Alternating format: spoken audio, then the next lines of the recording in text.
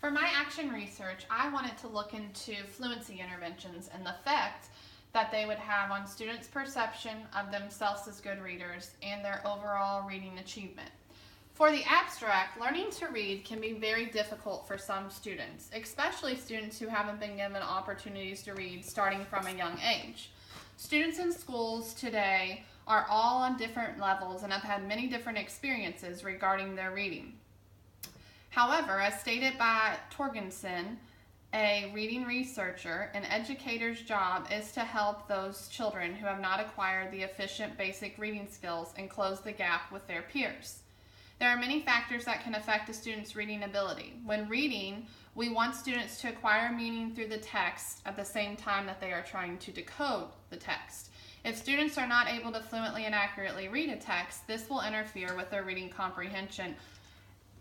As reading researcher and author Marilyn Adams has stated, in fact, the automaticity with which skillful readers recognize words is the key to the whole system. The reader's attention can be focused on the meaning and message of a text only to the extent that it is free from fussing with the words and the letters. In order to be a confident and efficient reader, you must read with fluency. Fluency provides a bridge between word recognition and comprehension. If students are not able to fluently and accurately read a text, this will interfere with their reading comprehension, which can cause them great frustration, and they may begin to view reading as a negative experience. So for my study and my goal of this study, I wanted to see to what extent will the integration of fluency interventions affect students' perception of themselves as fluent readers, causing their perception to increase positively, and would it impact their overall reading achievement? Interventions that were used during this study were repeated readings and choral readings. The professional background of my study. During this study, I was the principal investigator. I conducted the interventions and collected and analyzed and organized all data. I'm qualified to conduct this study because I am the student's 5th grade reading and writing teacher. The students that were selected for this action research study are some of my 5th grade students for this current school year. I selected these particular students because I had noticed that each of them share similar commonalities when it comes to their reading confidence and perception of themselves as readers, as well as their overall achievement. They were also in the same guided reading group and struggling specifically with fluency, and were reading on the same reading level. The research studies that I used for the professional background to guide this study was from Allington, Labarge, and Samuels. They had stated that fluency has been clearly identified by substantive research as one of the critical building blocks of reading because fluency is directly related to a student's ability to comprehend. Therefore, if students can't fluently read, that's going to interfere with their comprehension. Another study from McIntyre et al. Is studies have found that students who have poor fluency may view reading as a word attack exercise rather than an enjoyable meaning-making activity, which can cause their perception of themselves to decrease and not be enjoying reading as they read. Research over the past 2 decades has identified repeated reading as a key strategy for improving students' fluency skills, and that comes from the National Reading Panel. They have also determined from the National Reading Panel that having students read aloud along with a model of well-paced, expressive reading and receiving specific feedback through systematic progress monitoring also helps improve students' overall fluency skills. So those are kind of the reason why I chose fluency, as well as why I chose the interventions of repeated readings and choral readings based on that research I had conducted. For the use of technology, during this study, I was in charge of storing, collecting, and analyzing all data. I used both Word and Excel to store and collect data. I made both graphs and charts from both of these programs to organize and display the data that you will see on this chart. In order to make sure that all students were able to participate, I sent a letter of consent home and kept that on file. I also made sure that when I organized the students' information, that I used a unique student number instead of their name to protect the privacy of each student.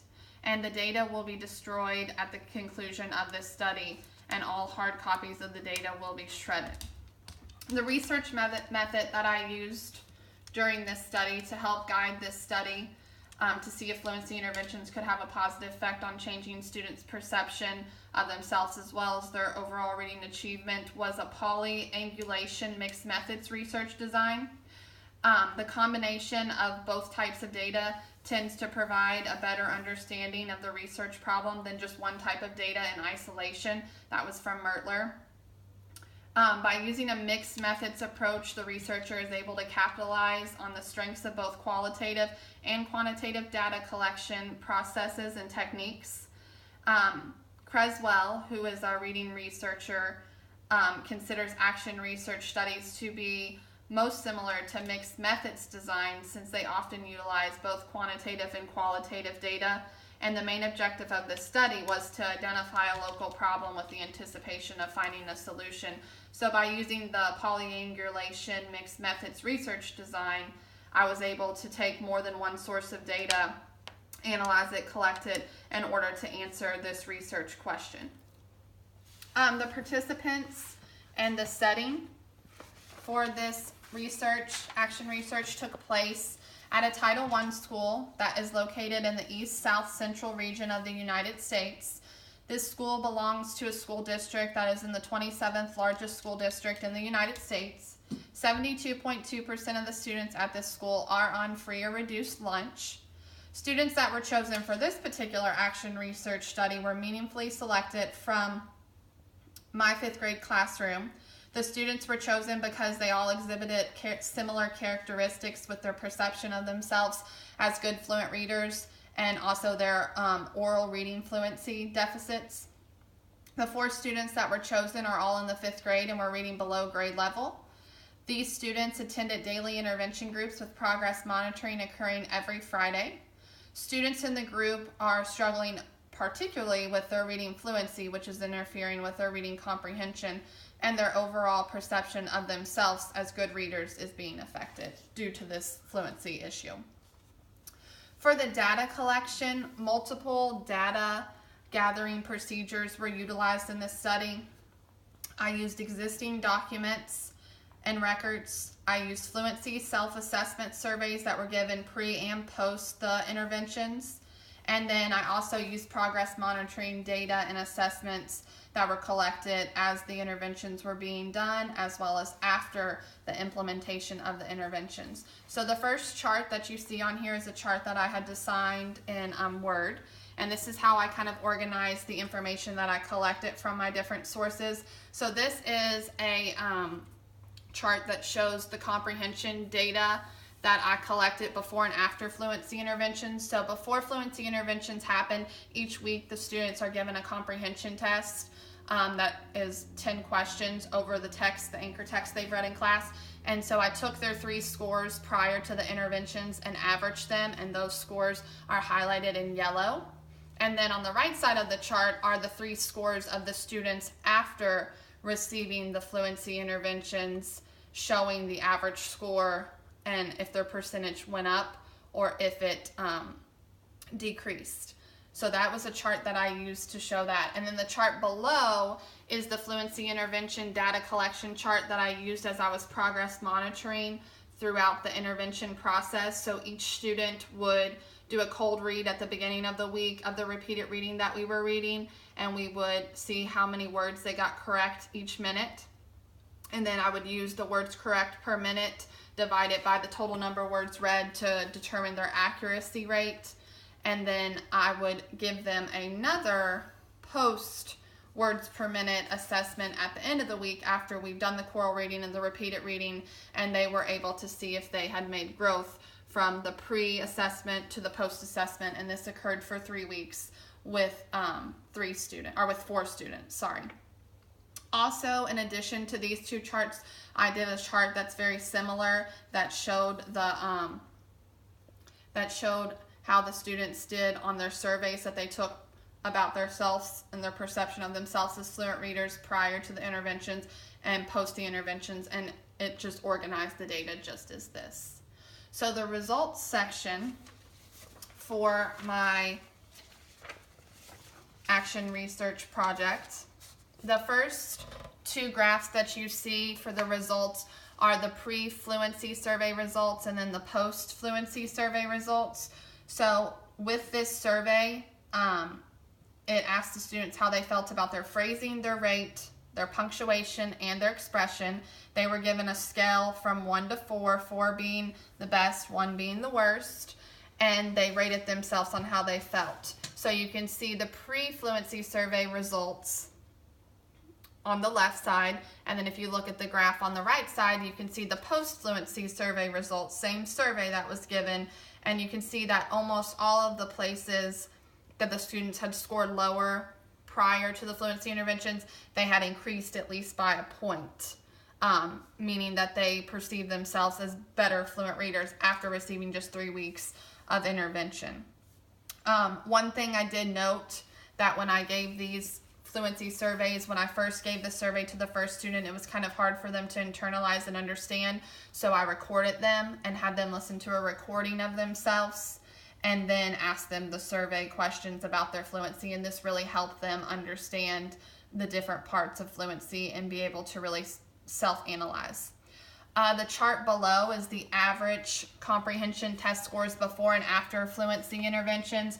So in red, you can see the average that was on the chart under data collection of where the students were when I averaged their 3 comprehension test scores.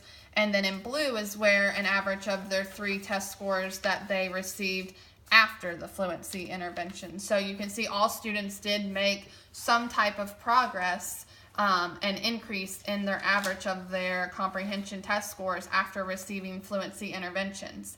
Now, I did want to note that the first 3 comprehension tests that were given were mainly nonfiction texts, and then the second 3 that were given during that unit of studying class were 2 fiction texts, one nonfiction text.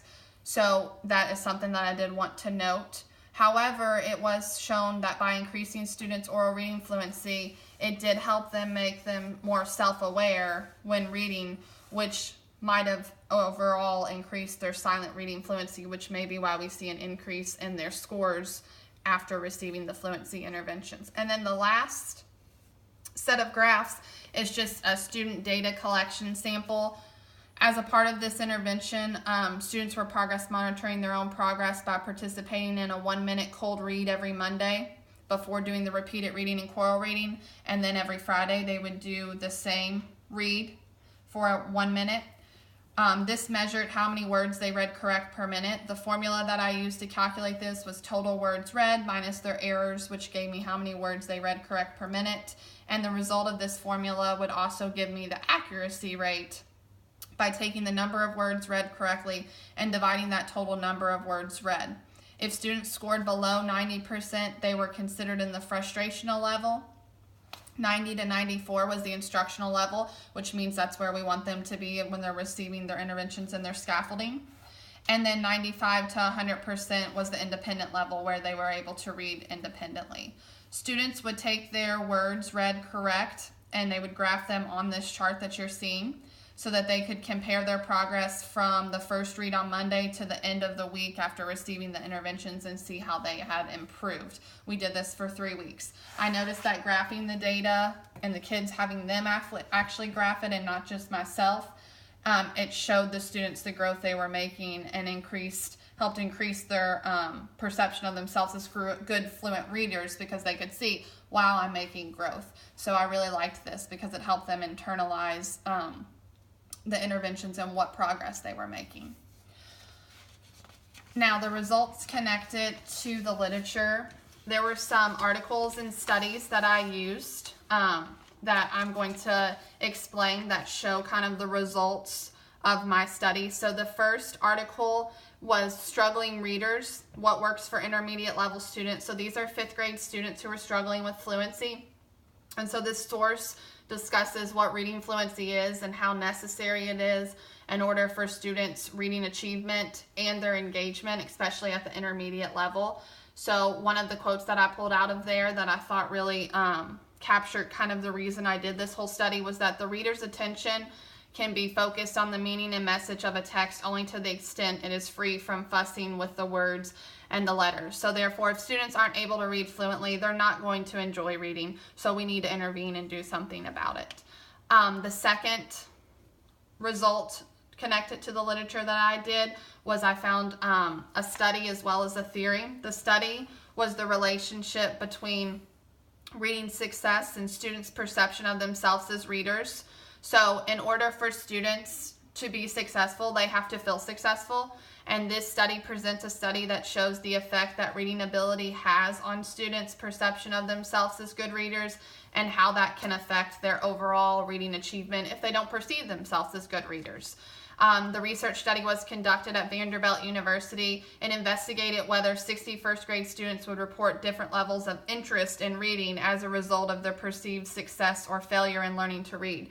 And what they found is students who were successful enjoyed reading, and then students who had bad experiences or lack of experiences with reading most oftentimes did not enjoy reading.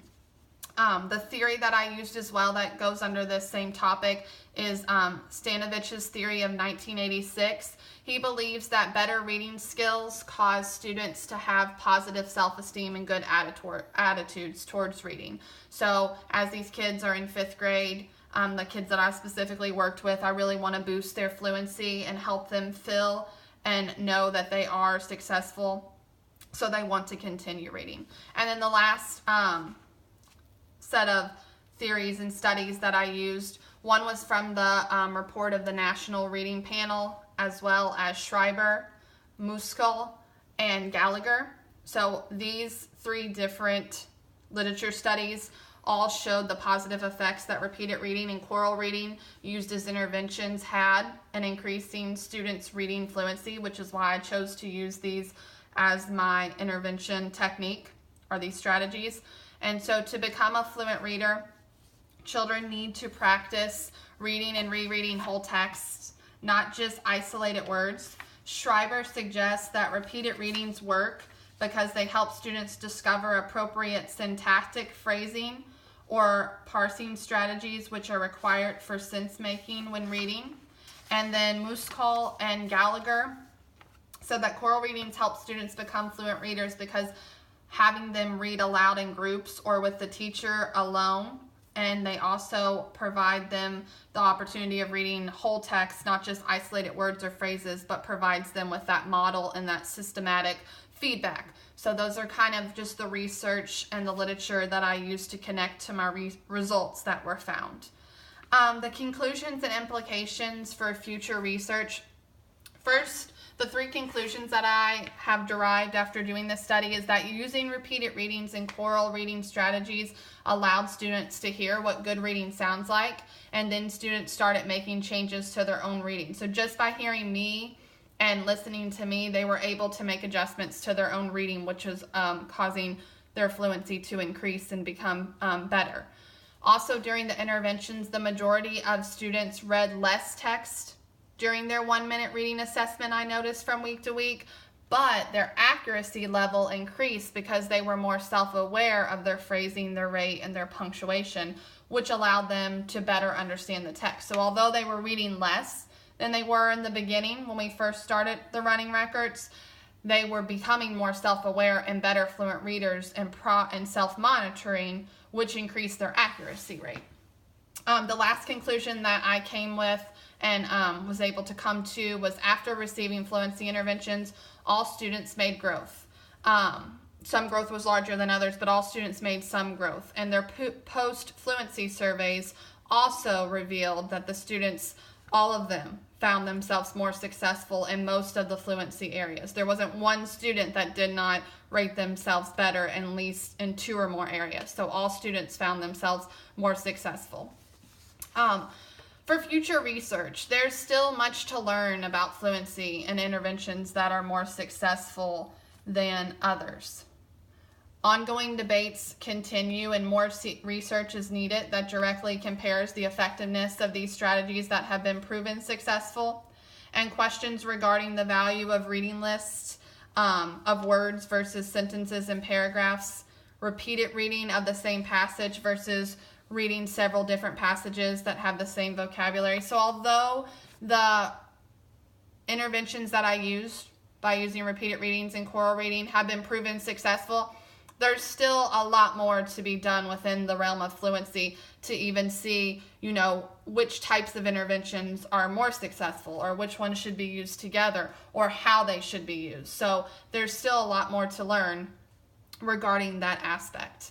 The link to my work specifically is the benefits of this study are that the students became stronger readers and developed a stronger enjoyment for their reading just after 3 weeks. So you can imagine what it would be like if they had done these interventions for a lot longer.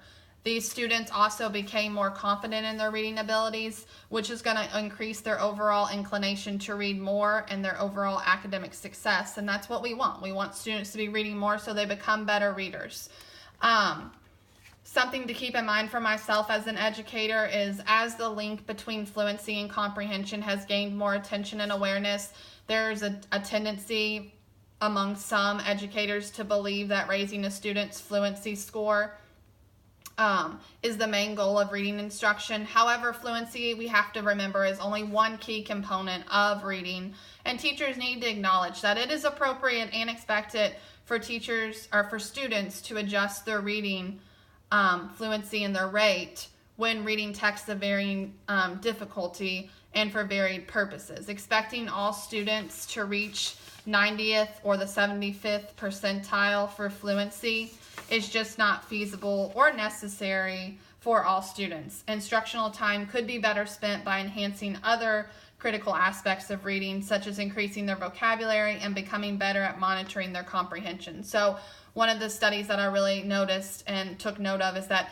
if students are reading in the 50th percentile of where your district says for fluency, then that is great. You might want to start focusing on other things. Don't get so solely caught up on fluency. Remember that although fluency and comprehension are closely related, there are other aspects of reading instruction that need to be identified and looked at as well to increase students and make them stronger readers. The resources that I used have been shown on this chart. And so these are the resources that I kind of use to guide my study and help me along the process. I appreciate you listening to my study, and hopefully you have learned some more about fluency and can maybe take this and use it with students or future students. Thank you.